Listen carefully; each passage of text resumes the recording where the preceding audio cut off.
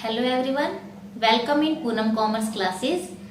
आज हम नया टॉपिक स्टार्ट कर रहे हैं जिसका नाम है अकाउंटिंग प्रिंसिपल्स, सामान्य अकाउंटिंग के सिद्धांत, लेखांकन सिद्धांत। लेखांकन सिद्धांत क्या होते हैं, तो यहाँ पर मैं बताना चाहूंगी कि जो स्टैंडर्ड लैंग्वेजेस हैं या सेट ऑफ रूल्स हैं जिनको बनाया गया है अकाउंटिंग में कंप्लीटनेस लाने के लिए और उनमें करेक्टनेस लाने के लिए, जिन्हें बनाया गया है उन सिद्धांतों को, उन रूल्स को अकाउंटिंग प्रिंसिपल कहा जाता है। अकाउंटिंग का बेसिक पर्पस मैंने आपको बताया था कि इंफॉर्मेशन देना होता है। पहले जो है केवल बिजनेस का जो प्रोप्राइटर है वही बिजनेस के से इंफॉर्मेशन लेने के लिए अकाउंटिंग करता था, लेकिन आज बिजनेस से रिलेटेड इंफॉर्मेशन यूजर की संख्या जो है वो बढ़ गई है। जैसे गवर्नमेंट को टैक्स लेने के लिए इंफॉर्मेशन चाहिए, इन्वेस्टर को अपना पैसा सही जगह पर लगाने के लिए अब जो है इंफॉर्मेशन लेनी है, और शेयर होल्डर को डिविडेंड लेने के लिए इंफॉर्मेशन चाहिए बिजनेस से, या बहुत सारे जैसे क्रेडिटर, सप्लायर, कस्टमर, इन सभी को भी बिजनेस से सही इंफॉर्मेशन लेने की जरूरत आज के दिन है। तो यहाँ पर उनको सही और कंप्लीट इंफॉर्मेशन दी जाए, इसलिए कुछ स्टैंडर्ड लैंग्वेजेस, कुछ सेट ऑफ रूल बनाए गए हैं जिसे क्या कहा जाता है, जिसे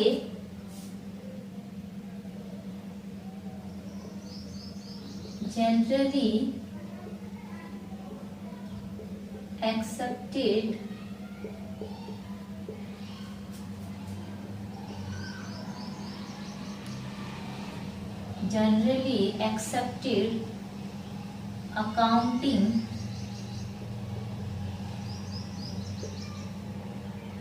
प्रिंसिपल कहा जाता है, और इसको शॉर्ट फॉर्म में हम गैप कहेंगे।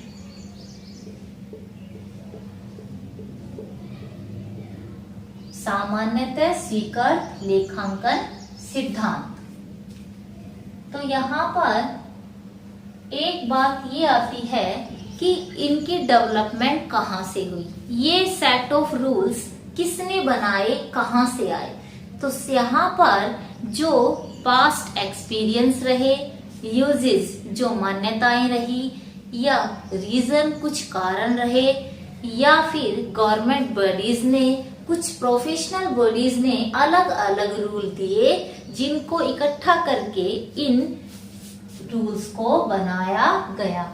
ये जो अकाउंटिंग प्रिंसिपल्स हैं इनसे अकाउंटिंग में यूनिफॉर्मिटी आती है, मतलब एक रूपता आती है। अब ये तो बात हुई इसकी डेफिनेशन की। अब क्वेश्चन अराइज ये होता है कि इसकी कैरेक्टरिस्टिक्स क्या है।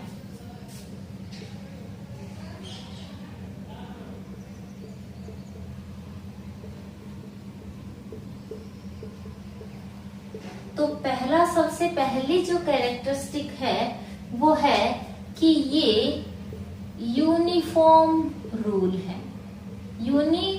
फॉर्मिलिटी के लिए इन्हें बनाया जाता है, एक रूपता लाने के लिए इन्हें बनाया जाता है।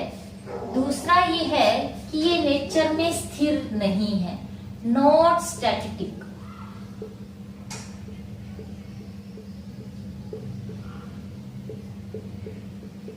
नॉट स्टैटिक का मतलब ये स्थिर नहीं है। स्थिर का मतलब कि अगर जरूरत पड़े तो इन रूल्स को सिचुएशन के अकॉर्डिंग चेंज किया जा सकता है, अकॉर्डिंग टू नीड। तो यहाँ पर यूनिफॉर्मिटी, एक रूपता की जहां बात हो रही है, तो एक रूपता की क्या जरूरत है एक बिजनेस में। अब देखिए, मैं एक एग्जांपल देती हूँ आपको कि अगर किसी दो फर्म का आपको क्या करना है, या दो बिजनेस एंटिटी का कंपैरिजन करना है। लेट एज्यूम एक बिजनेस एंटिटी का नाम ए है और दूसरी का बी है। यहाँ पर जब हम कंपैरिजन की बात करते हैं तो कंपैरिजन हमेशा इक्वल स्केल पे किया जाता है। जैसे हम अगर कंपटीशन भी करवाएंगे तो ये नहीं करेंगे कि एक स्टूडेंट 3rd क्लास का ले लेंगे, एक स्टूडेंट 4th क्लास का, दोनों ही स्टूडेंट हमें 3rd क्लास के लेने होंगे। स्केल हमें इक्वल रखना होगा। तो यहाँ पर जब इनका कंपैरिजन होगा तो यहाँ पर जिन रूल को फॉलो करके इसने अकाउंटिंग की है उन्हीं रूल को फॉलो करके इसकी भी अकाउंटिंग होनी चाहिए। जैसे डेप्रिसिएशन लगाने के बहुत सारे मेथड हैं। अब यहाँ पे इसने डेप्रिसिएशन लगा लिया, कौन से मेथड से? WDV, return down value method से। और यहाँ इसने जो डेप्रिसिएशन लगाया है वो फिक्स्ड इंस्टॉलमेंट मेथड से लगाया। तो यहाँ पर दोनों के प्रॉफिट अलग अलग आएंगे, तो वहां पे कंपैरिजन नहीं हो सकता। इसलिए एक रूपता लाना अकाउंट्स में बहुत ज्यादा जरूरी है। इससे ही करेक्टनेस भी आती है और कंप्लीटनेस भी आती है अकाउंटिंग में।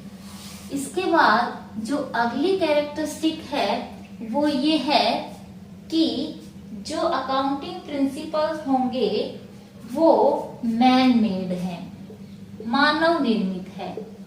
मतलब ह्यूमन बीइंग ने उसे बनाया है अपने एक्सपीरियंस के बिहाफ पर। ये यूनिवर्सल एप्लीकेबल नहीं है। जैसे केमिस्ट्री के जो रूल है वो चाहे आप कहीं पे भी उनको प्रैक्टिकली अगर उनको आप यूज करोगे तो वहां जो है हमेशा रिजल्ट सेम आएंगे, लेकिन यहाँ पर ऐसा नहीं है क्योंकि मैंने बताया ये स्टैटिक नहीं है, ये जरूरत के अनुसार चेंज कर दिए जाते हैं। जैसे जरूरत हमारी सिचुएशन चेंज होगी वैसे ही इन रूल्स को भी चेंज कर दिया जाता है। मतलब इन्हें हम लैबोरेटरी टेस्टेड नहीं कह सकते, यहाँ हम इन्हें मैन मेड कहेंगे और यूनिवर्सली एप्लीकेबल भी ये नहीं रहेंगे। इसके बाद जिसकी जो नेक्स्ट कैरेक्टरिस्टिक है कि ये 3 क्राइटेरिया पर बेस्ड है।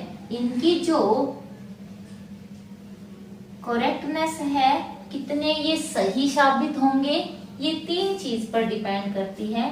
पहला कि जो अकाउंटिंग कर रहा है उसके लिए ये रेलिवेंस हो।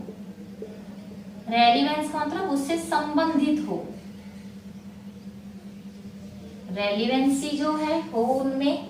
सेकंड जो है ऑब्जेक्टिविटी हो, वस्तुनिष्ठ हो। ऑब्जेक्टिविटी का मतलब होता है कि किसी तरीके का जब अकाउंटिंग कर रहे हैं तो हम उसमें पर्सनल बाइस या पर्सनल जजमेंट का यूज ना करें। वहां पर ये फ्री फ्रॉम पर्सनल बाइस हो।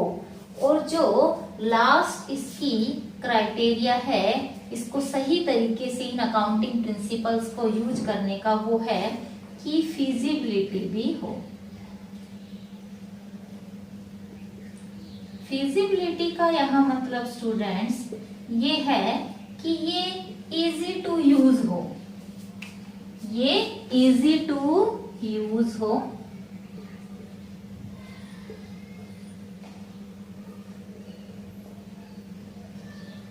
इसमें कॉम्प्लेक्सिटी ना हो, ठीक है। इस तरीके से बनाया जाए कि नॉर्मल पर्सन भी जो हमने अकाउंटिंग की है उसको समझ सके, ठीक है। तो ये 3 क्राइटेरिया अगर हम इन क्राइटेरिया को फॉलो करते हैं तो सही तरीके से इन प्रिंसिपल्स को यूज किया जा सकता है।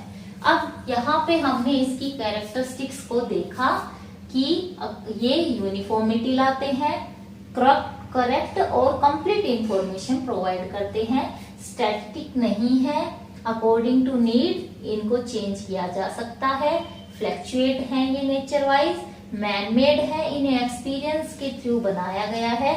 और 3 क्राइटेरिया को फॉलो करके हम सही कंप्लीट जो है इंफॉर्मेशन दे सकते हैं हमारे यूजर्स को। यहाँ पर यूनिफॉर्मिटी में कंपेरेटिबिलिटी भी आ जाती है कि कंपेयर भी कर सकती हैं 2 फर्म, या फिर खुद इंट्रा कंपैरिजन भी हो सकता है। फर्म अपने इस साल के जो प्रॉफिट है या फाइनेंशियल स्टेटस है उसको पिछले साल के प्रॉफिट या फाइनेंशियल स्टेटस से भी कंपैरिजन कर सकती है। अब इसके बाद बात आती है कि जो ये जनरली एक्सेप्टेड अकाउंटिंग प्रिंसिपल है इनकी जरूरत क्या पड़ी, क्यों बनाई गई।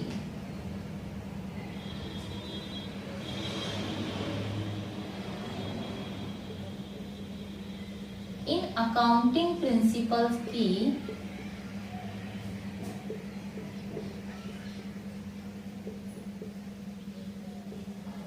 जरूरत क्या पड़ी। तो अभी मैंने बताया कि करेक्ट इंफॉर्मेशन देने के लिए, कंप्लीट इंफॉर्मेशन देने के लिए, क्योंकि इंफॉर्मेशन जो यूजर हैं उनकी संख्या बढ़ गई है आज के दिन। तो अगर इन्वेस्टर को सही इंफॉर्मेशन देनी है तो अकाउंटिंग हमें इन्हीं अकाउंटिंग प्रिंसिपल्स को बेस बनाकर करनी होगी। उसमें करेक्ट हो, करेक्टनेस लाने के लिए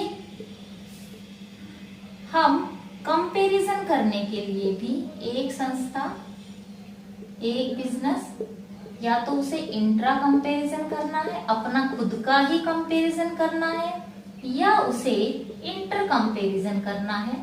मतलब इंटर में हम आ जाएंगे दो बिजनेस या दो से अधिक बिजनेस एंटिटी के बीच कंपैरिजन करना है तो भी अकाउंटिंग प्रिंसिपल्स की जरूरत होती है। यूनिफॉर्मिटी लाने के लिए, एक रूपता लाने के लिए भी जो है अकाउंटिंग प्रिंसिपल्स को बनाया गया है, क्योंकि अलग अलग व्यवसाय अपने प्रॉफिट को कम या ज्यादा कर लेते थे। कई ऐसी मदे हैं जहां वो पर्सनल जजमेंट का यूज कर लेते थे। जैसे डेप्रिसिएशन में अपने प्रॉफिट को कम ज्यादा किया जा सकता है, कम डेप्रिसिएशन लगा दिया तो प्रॉफिट ज्यादा हो जाएगा, ज्यादा डेप्रिसिएशन लगा दिया तो प्रॉफिट कम हो जाएगा। क्लोजिंग स्टॉक का वैल्यूएशन सब अपनी अपनी तरीके से कर रहे थे जब तक ये अकाउंटिंग प्रिंसिपल्स डेवलप नहीं हुए थे। तो वहां पर भी जो है अकाउंट्स को मैनिपुलेट किया जा रहा था। तो यहाँ पर ये सभी हमने अकाउंटिंग प्रिंसिपल्स क्या होते हैं, ये एक सेट ऑफ रूल है और ऐसे रूल जो बनाए गए हैं कॉमन एक्सपीरियंस से, गवर्नमेंट बॉडीज ने, प्रोफेशनल बॉडीज ने, कुछ यूजेस के कारण, मान्यताओं के कारण, जिससे अकाउंटिंग में अकाउंटिंग करेक्टनेस आई है, कंप्लीटनेस आई है, कंपैरिजन कर सकते हैं, यूनिफॉर्मिटी आई है और सही इंफॉर्मेशन हम अपने अलग अलग यूजर्स को दे सकते हैं। कैरेक्टरिस्टिक्स की हमने जो अभी हमने कंप्लीट की है। तो यहाँ इस क्लास में हमने जो है अकाउंटिंग प्रिंसिपल्स की डेफिनेशन, कैरेक्टरिस्टिक्स, नीड को पढ़ा। नेक्स्ट क्लास में हम अकाउंटिंग प्रिंसिपल्स की टाइप्स पढ़ेंगे जो बहुत ही ज्यादा इम्पोर्टेंट है बीकॉम के स्टूडेंट्स के लिए। तो नेक्स्ट क्लास में हम मिलते हैं, तब तक के लिए थैंक यू।